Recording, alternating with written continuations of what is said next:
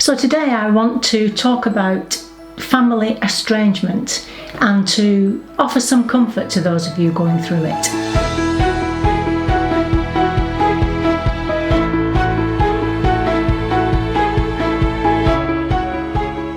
Hi, my name's Conroy. Welcome to Happy Stuff and Fluff, a channel for women who are getting happy, living longer and growing younger. Now, according to positive psychology, you may well have heard me say, at the very top of the list of importances in terms of your happiness and well-being is the quality of your relationships, especially your close relationships.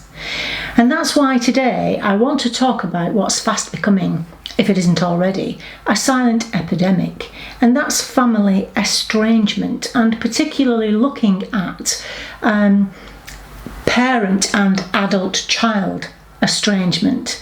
Now, if you know, that's what I'm talking about in general, but a lot of what I have to say will help you if you are estranged in any other kind of relationship. And if you are not estranged from anyone at all, then you might just listen and be able to pass on some information to someone you know, because you will know someone.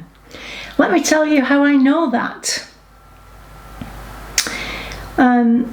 Well, before I do, let's just have a look at what we mean actually by estrangement. Just have a look at this. Gosh, it's chilling. I find this chilling. So, estrangement, the state of being alienated or separated in feeling or affection, a state of hostility or unfriendliness. And there's some words there thrown up by thesaurus related to it. I've singled out alienation, the act of causing someone to become indifferent or hostile, to cause to be withdrawn or isolated. In fact, there's three words that come to my mind when I think about estrangement. Alienation, but also hostility and ostracization, is that a word? Being ostracized, let's put it that way. The language itself I find totally chilling. This is what we mean by it. Now, I do sincerely hope that you are not experiencing this, but the chances are that you probably are experiencing it, and if you're not, you do know someone who is. As I was saying, it is in fact very common. Just listen to this. According to Stand Alone, which is a UK charity, 1 in 5 families in the UK have experienced estrangement at some time, and one study in the US found that 40% of its participants had also experienced family estrangement. And they go on to say that in some groups, and I think this was a student body, estrangement may be also as common as divorce. So, first point, if you are experiencing this, you are not alone. Now, silent epidemic, so why is it silent? Well, in the past, I think there's been a lot of stigma attached to estrangement and even shame in families. And if we go back to the 1950s, when certainly if you're a woman of my age, and if you're watching, you're likely to be around about that age, this is what the family unit looked like. So mum was married to dad, and they had 2 or 3 children and possibly even a dog, and they were happy together. Mum stayed at home and generally kept the family together whilst dad went out to work. Children were seen and not heard, and only left home to get married or go to university. This happy family was essential to our societies, and divorce was actively discouraged and frowned upon. So if you were to do anything to disrupt the status quo here, then shame on you. And I think that's where it still comes from. Well, let me tell you this. There is no place for shame on Happy Stuff and Fluff. No place for shame. Let's push that one aside. 1 in 5 families in the UK, 40% in a study in America. It's very common, and there is nothing to be ashamed of. No shame here, no judgment. Okay, let's get that straight. Only now is this issue finally being addressed, and research is being done both on the causes and how to help the situation. Now, how to help, I mean, it's a massive subject, isn't it? And the causes are many. There are obviously many reasons for a family breakdown, or for you to become estranged from someone. Disrespect, unclear boundaries, money, inheritance issues, divorce issues, religion, lifestyle choices. This is before we get to abuse of any kind. Interestingly, apparently in the UK, adult children most often talk about emotional abuse as the reason for their estrangement. Emotional abuse including control and manipulation through humiliation, criticism, withdrawing love or care, parental favoritism, and ostracising. Whereas parents, when they talk about it, they mention causes such as divorce or mismatched expectations of behaviour, disrespecting personal or family values. Now today, of course, the family unit has evolved, and there are many different types of families, and that should be so.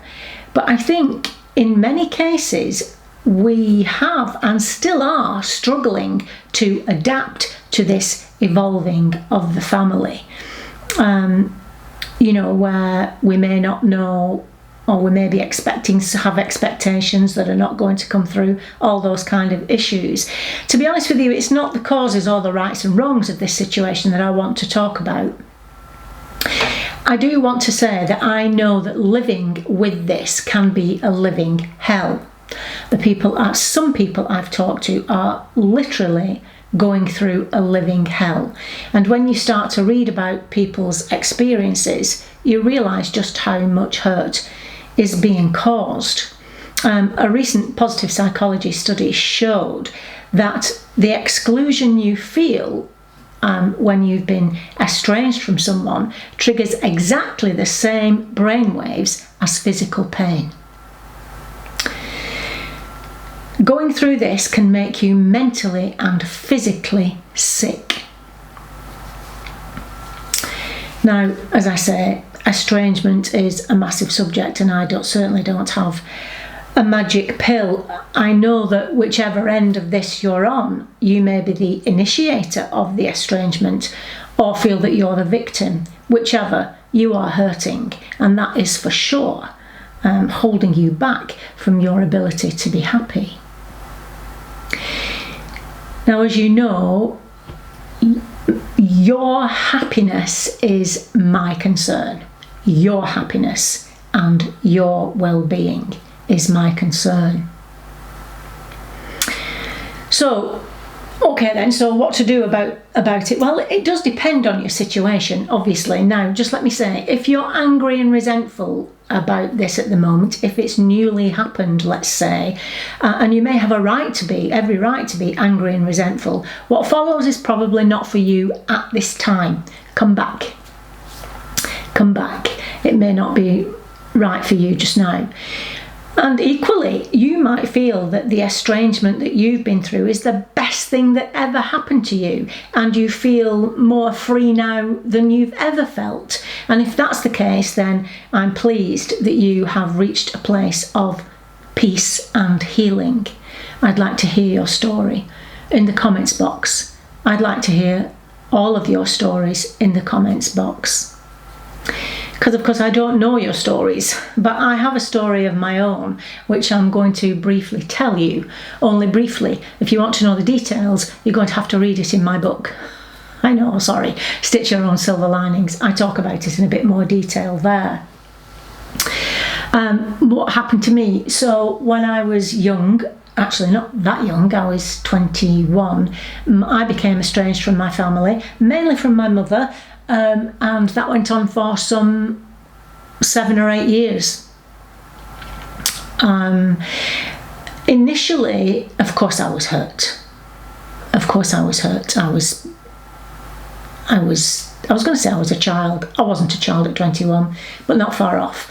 And I was hurt, but I kind of had this, initially I had this attitude, okay, if that's the way it's got to be, that's the way it's got to be, I'll find my own way. I guess that was a protective way of dealing with it, but it worked. And also, as you may know, even at 21, I'd been studying personal development and personal growth and the human condition for a long time. And all of that came to the fore to help me in that situation. In fact, sometimes now I read positive psychology interventions and think I did that without knowing what I was doing in order to help to kind of navigate a roadmap through what I was going through. I also was very fortunate to have some supportive people around me, some incredibly supportive people, and that happened.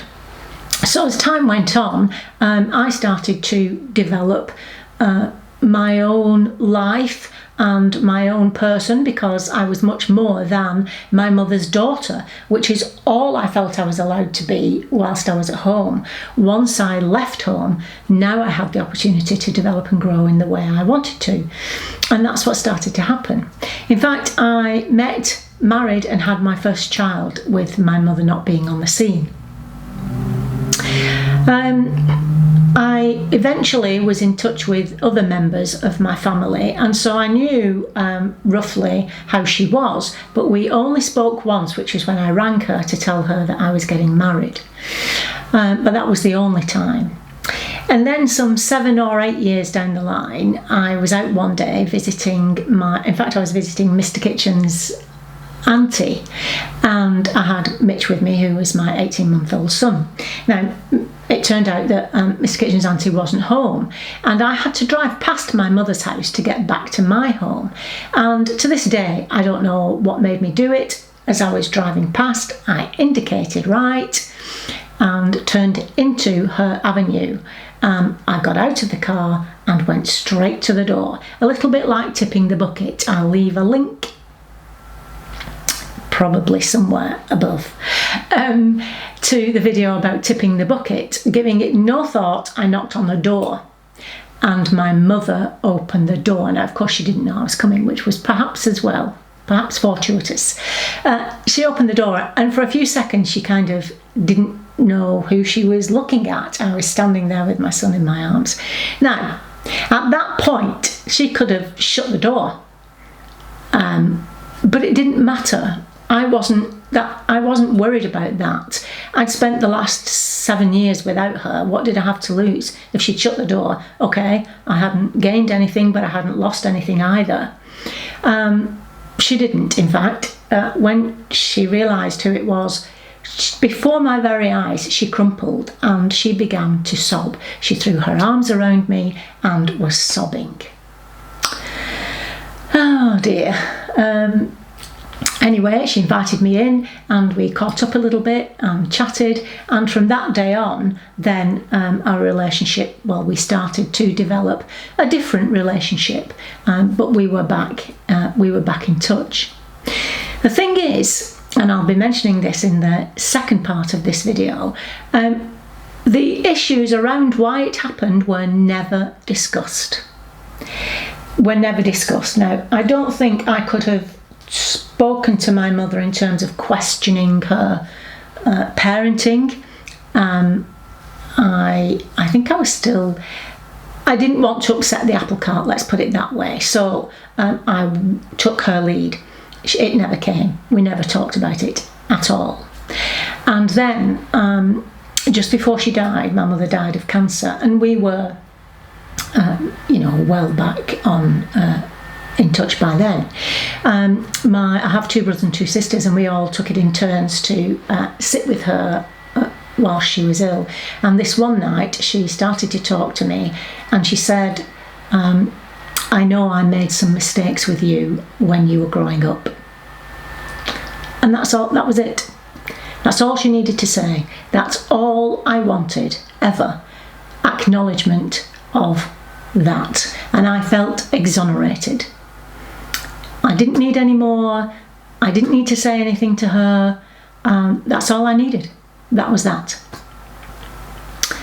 So that's my story. We were totally reconciled by the end, but our relationship was not the same as it was before. Of course it wasn't. I was now a grown-up with a husband, a home, and a child of my own. But she was around for the second and third births, and I don't know what I would have done without her at various times through Charlotte's illness. So that's a happy ending to that story.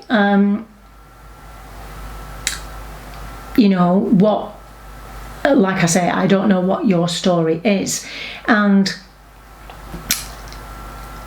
I think whatever your story is, I want to tell you that you do have choices. You do have choices. Now, I am only going to address 2 issues as far as this is concerned. The first is one, if you want reconciliation. And then I want to talk about if you've reached out time and time again and been ignored and rejected. I'm going to talk about that too. But for this video, I want you to know you are not alone. There is no shame, but there is hope. And I'm going to end this video here. There's a part 2 which will come out very quickly. It won't be coming out next week. I'll bring it out quite soon after this. I just didn't want this to be a huge long video. So I'll see you soon, and until then, remember that on the Happy Stuff and Fluff, we are getting happy, living longer and growing younger. And I'll see you soon. Bye bye.